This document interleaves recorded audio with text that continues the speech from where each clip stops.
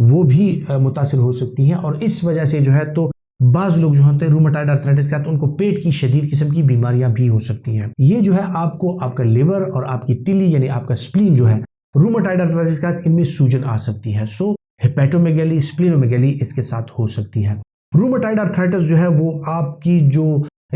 Bone میرو جو آپ کا ہے، جہاں پہ آپ کا خون بن رہا ہے، یعنی خون کا جو بننے کا عمل جہاں پہ ہوتا ہے، جو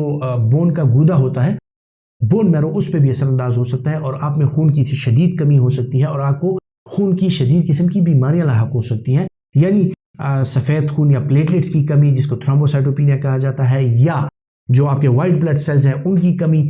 جس کو لیوکوپینیا کہا جاتا ہے، یا جو ریڈ جو بلڈ سیلز ہیں ان کی کمی جس کو اینیمیا کہا جاتا ہے، آپ کو یہ بھی ہو سکتا ہے۔ اس کے علاوہ جو آپ کی پاؤں کی سکن ہے یا ٹانگوں کی سکن ہے، وہاں پر مختلف قسم کے خارش نما دانے اور مختلف قسم کے جو ریشز ہیں وہ نمودار ہو سکتے ہیں، جو کہ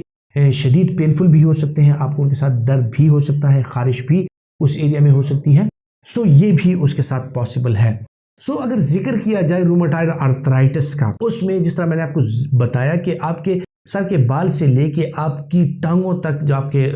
پاؤں کے ناخن ہیں وہاں تک آپ کو متاثر کر سکتا ہے۔ اس میں آپ کی اپینڈیجز یعنی آپ کے ناخن بھی متاثر ہو سکتے ہیں، بہت سی چیزیں ایسی ہیں جس پر یہ اثر انداز ہو سکتا ہے، یعنی آپ سسٹم کا نام لیں اور وہ سسٹم جو ہے روماٹائڈ آرتھرائٹس میں آپ کو انوالو مل سکتا ہے۔ ضروری نہیں ہے کہ روماٹائڈ آرتھرائٹس کے جو مریض ہوں ان میں یہ پورا اسپیکٹرم پایا جائے۔ روماٹائڈ آرتھرائٹس کے کچھ مریض ایسے ہوتے ہیں جن میں صرف معمولی سا جوڑوں کا درد ہو سکتا ہے، کچھ مریض ایسے ہوتے ہیں جو کمپلیکیشنز کی طرف جاتے ہیں، ان میں چیسٹ کی کمپلیکیشنز یا لیور سپلین کی کمپلیکیشنز یا خون کی کمپلیکیشنز یہ ہو سکتی ہیں۔ سو مختلف لوگوں میں جو آٹو امیون ڈیزیز ہے اور سیویریٹی روماٹائڈ آرتھرائٹس کی ہے اس کو ذہن میں رکھ کے مختلف قسم کے لوگوں میں مختلف قسم کی combinations of diseases and spectrum of disease ہو سکتا ہے۔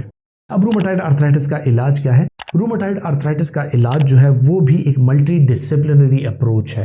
یعنی آپ کا روماٹولوجسٹ، آپ کا فزیشین، آپ کا میڈیکل اسپیشلسٹ، آپ کا گیسٹرونٹرولوجسٹ، آپ کا نیورولوجسٹ، آپ کا کارڈیولوجسٹ، آپ کا پلمونولوجسٹ، ہر ایک بندہ جو ہے آپ کا اینڈوکرائنولوجسٹ وہ ان چیزوں کے ساتھ وہ کنیکٹڈ ہے، کیونکہ روماٹائڈ آرتھرائٹس ایسی ڈیزیز ہے جو آپ کو اینڈوکرائن مسائل سے لے کے شوگر سے لے کے بلڈ پریشر سے لے کے ہارٹ تک کے مسائل سے آپ کو دوچار کر سکتا ہے، اور اسی وجہ سے جو ہے تو آپ کا علاج جو ہے وہ بعض اوقات ایک ملٹی ڈسپلنری ٹیم کر رہی ہوتی ہے، جس میں ایون فزیوتھراپسٹ تک اور ریہیبلیٹیشن کے جو آپ کے ڈاکٹرز ہوتے ہیں ان کی ٹیم بھی شامل ہو جاتی ہے۔ اگر آپ کو روماٹائڈ آرتھرائٹس ہے خدا نخواستہ تو دیکھنا پڑتا ہے کہ آپ کی روماٹائڈ آرتھرائٹس کی سیویریٹی کتنی ہے۔ اس میں ہم آپ کو نارمل پین کلر سے لے کے ہائی پوٹینسی کے painkillers, anti inflammatory drugs, steroid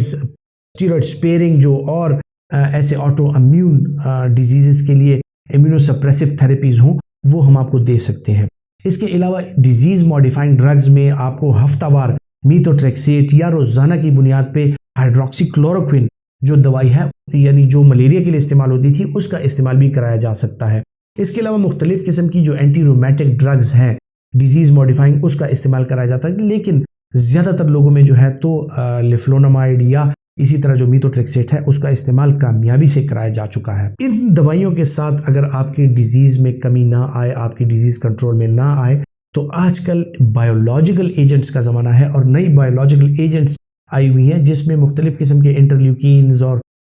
اس پہ اثر انداز ہونے والی دوائیاں ہیں، جن میں انٹرلیوکین 6 انہیبیٹرز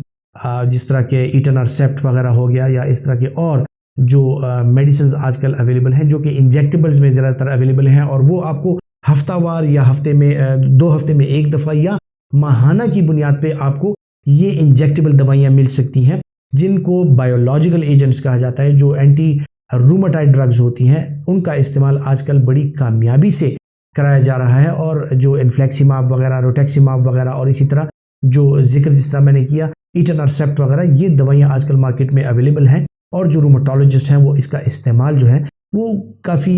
مطلب فریکوینٹلی آپ کو کرا سکتے ہیں۔ یہ دوائیاں جو ہے مارکیٹ میں اویلیبل ہیں، لیکن ان کی جو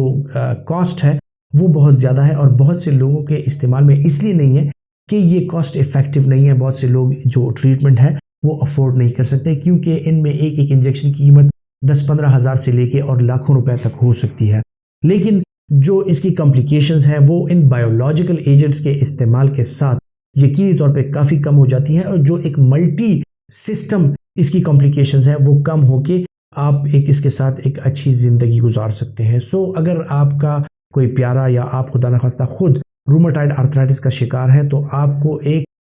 جامع منصوبہ بندی کے تحت اس ڈیزیز کے ساتھ اپنی عمر گزارنی ہے، تاکہ آپ کی دوائیاں، آپ کی ایکسرسائز، آپ کی ڈائٹ اور آپ کی ریہیبلیٹیشن، آپ کا ڈاکٹر کا وزٹ اور یہ سب کچھ ٹائم پہ ہوتا رہے، تاکہ آپ کو اس بیماری سے کوئی معذوری خدا نخواستہ نہ ہو۔